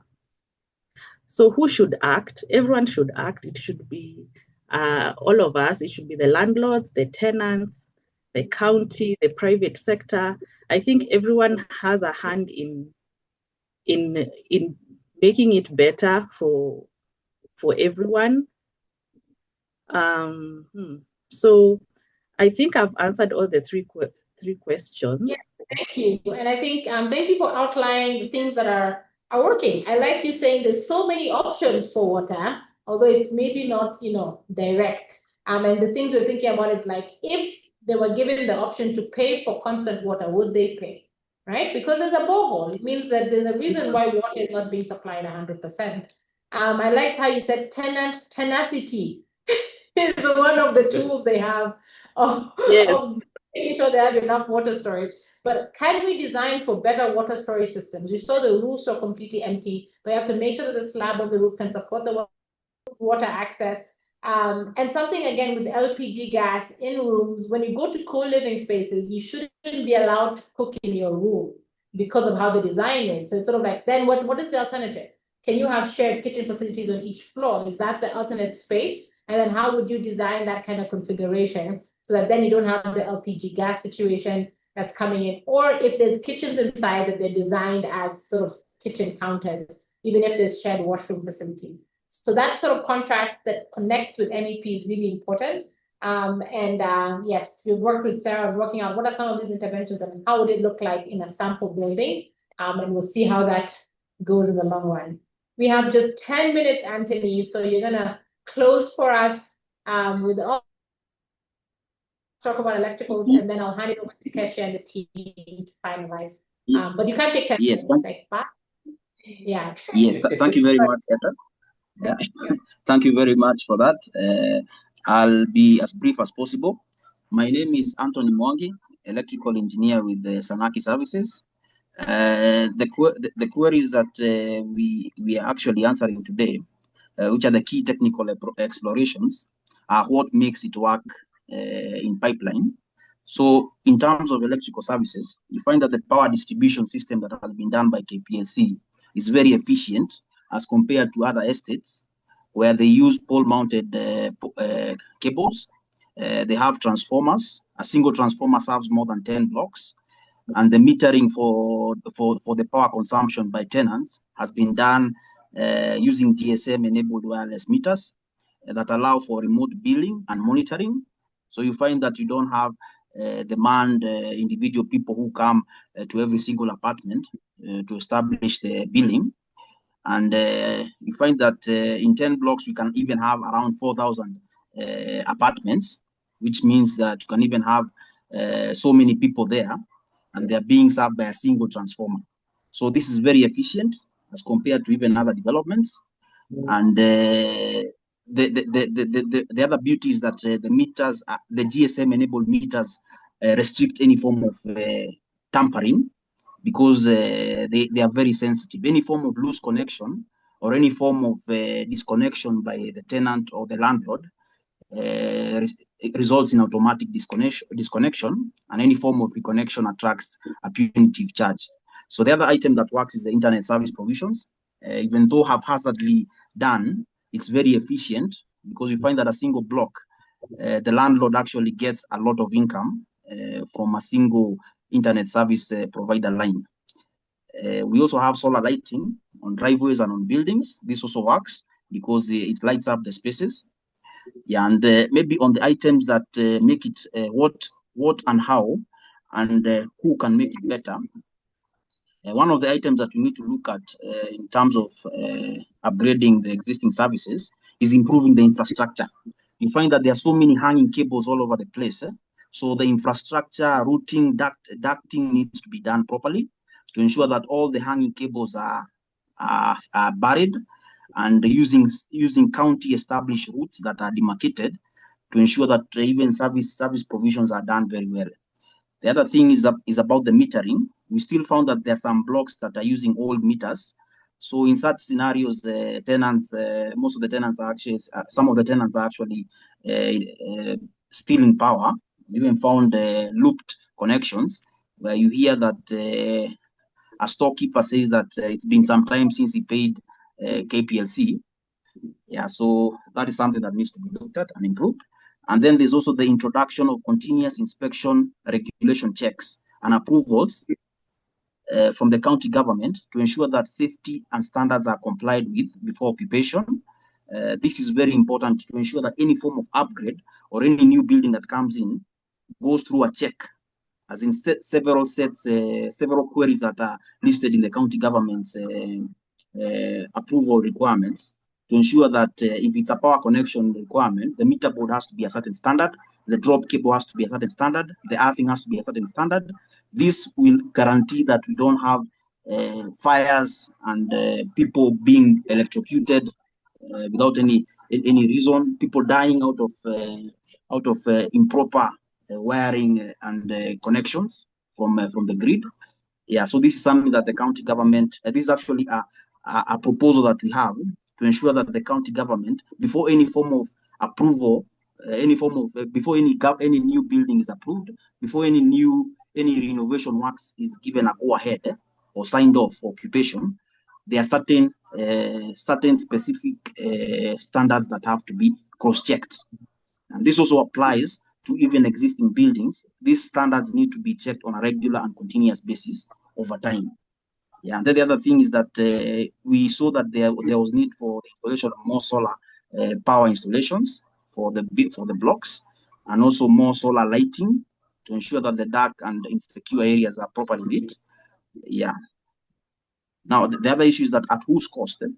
The main cost that will enable this to happen will be borne by the landlords in specific blocks, but the rest will be taken up by the county government from levies and taxes. Yeah, because things like infrastructure routing, because you need proper tunnels where all these cables are routed, need to be taken up by the county government. KPLC, who are gaining so much money and in all this income that they're generating in such areas, they also need to chip in and ensure that everything works properly and meets the standard. Yeah, thank you very much, Etta and Kezia. That was my part. Okay, thank you, Anthony. We really appreciate it. And as I said, there's so much to do with electrical. And the key thing when it comes to the interventions we're looking for is that in pipeline, the power is being supplied quite efficiently. And if you follow the money on the power, we can actually follow a lot of the incentives that we can look at. I think we've tried to cover a lot in a very short period of time, but this is only part one. So Shout is working with CAHF and Gumorich to begin to tie it in, like the questions the calculator is asking are being verified on site, then verified again, and then we want to come up with a rapid assessment tool to scale this data collection and then come up with ideas and pilots and policy frameworks in the long run. We've also seen some other questions which will be answered. I've asked the technical team to answer the questions, but I want to hand it back to the CAHF team to try to close and wrap it all up for this particular session. Thank you all. Thank you, Etta. Thank you, Shout, and thank you to all of you for all of the questions that you were asking. And also for your patience as we have juggled with the internet here, and I hope you've been able to follow along. I just wanted to offer sort of 5 takeaways today, because tomorrow they will change. And we're learning and growing as we go through this. But takeaway number 1 is affordability, right? And there is clearly extensive demand. The area is teeming, and as Marie said in one of her comments, Pipeline is only one neighborhood. There are so many other tenement neighborhoods in Nairobi and then in other cities as well. So affordability is key. There is extensive demand, but that demand has a limit in terms of what it can afford. And what this means is the developers must build to the affordability. And if they can't do that, we have to find something to fill in that gap. Now, is that something that comes in from policy? Does it relate to building standards or preferences? Does it relate to all of those different kinds of things? What's the gap between what you can physically build? And we've already shown that there's some space on the building front, right? That's fascinating work. And then, well, what is it that can come in on the other side? So that's number 1. Number 2 is formality. So we write off areas like this all the time because we say it's informal and it's not real, and clearly it's not going to be able to access finance and so on. But that's not really entirely true. There are elements of formal and other elements that are less formal in this area. And why is that? In part, we go back to affordability, because formality is often expensive, which is our fault. We should be able to make something formal that is affordable. Within that, we need to test the question also of taxation with the Kenya Revenue Authority and think about the ways in which areas can be improved. And so there's an informality that's existing right now also from the city side. That brings us back to the role of the city. To the extent that the developers are skirting regulations, I think it's possible to say that the city is also skirting regulations, that the city is not carrying out its role and fulfilling its responsibilities as set in the legislation. There was a comment that mentioned schools, clinics, green spaces. We've been worried a lot about building control. So then cities have very real capacity constraints, right? And that's obvious. We can't wish that away. So is there an opportunity for technology in this space? Is there a way, and that's part of what the Shout team is trying to figure out, can we do the assessment more rapidly so that the city can respond more quickly? And there were some interesting comments in the chat about technology. The fourth critical takeaway is there are many outstanding questions, so many of them, and please keep on firing them at us, but we're looking at land titles, servicing, finance, household capacity, and on and on and on. What is the role? How do you demarcate within the reality of capacity constraints on all sides? Capacity of the tenant, of the landlord, of the city, of the financiers, of all of that. How do you demarcate who does what to the best of their ability to achieve the housing outcome? That's what we're trying to achieve here. And the key thing at the bottom of this is that what we have seen, and this is the fifth critical takeaway, is that this area comes with assets, real assets. The first one is the land. It's brilliantly located. And it's really serving a whole lot of needs. One person said, well, maybe these areas it's serving the affordability need, but not the other needs that people have. That's true. But it's certainly affording a location, providing a location need. So the land is an asset in terms of that location and how that performs in the area. Landlords apparently are starting to see that when pipeline fills up, there won't be places to build anymore. So they're looking now for other areas that look like this one. So, oh my goodness, we better solve this because there's new buildings that are going to be built. And I think what the Shout team has presented today about the possibility of new build going forward is also really, really exciting. The next asset is the demand for rental. We've talked about this already, but it is kind of unsatiated. What's the word? It's endless. Insatiable. There is insatiable. Thank you. There are people that are moving. The urbanization rate for Nairobi is what? But in Kampala, I do know it's like 5.5% or something. There's a continuous queue of people walking into our cities that are going to require this kind of accommodation. They're going to get piece jobs. They're going to get day jobs, right? Yeah. And they're going to have to be able to manage within that to find somewhere to live that's decent. We heard from a landlord that sometimes what they do is they become the first base and then the rest of the family arrives. And the affordability of this area makes it possible for people to find a place in the city. And our cities need this for their growth. So that's the second asset. The third asset is there's investment. There are practitioners investors who want to put their money in, and you've shown how they're getting their money out again, and that's great. We have heard that they do pay taxes. We have to explore this. We also heard that they pay those taxes reluctantly, and fair enough. So we need to test that out as well. But a real asset is that people are putting their money in.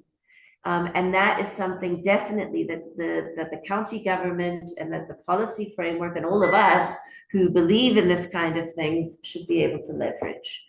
And then the fourth asset, you're going to laugh, is the green potential. Can I say that? Francois Virli, who was here, I don't know if he's still here, has said before that the greenest building is the one that's already built. And in terms of EDGE certification, they have building standards for existing buildings. And those say that if a building is 5 years old, the building itself, the existing structure in a refurbishment effort, counts as carbon neutral. Think about that. Could we mobilize green finance for building refurbishment at more affordable rates to target this, because these buildings are actually offering us a green option in an area with no trees, one balcony that has some plants on it.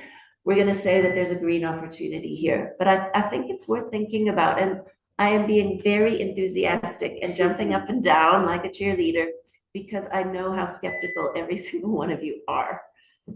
But these are the cities that we're living in, and we can't ignore that. And so I'd like to push the enthusiasm a little bit to just make you curious. What can we do?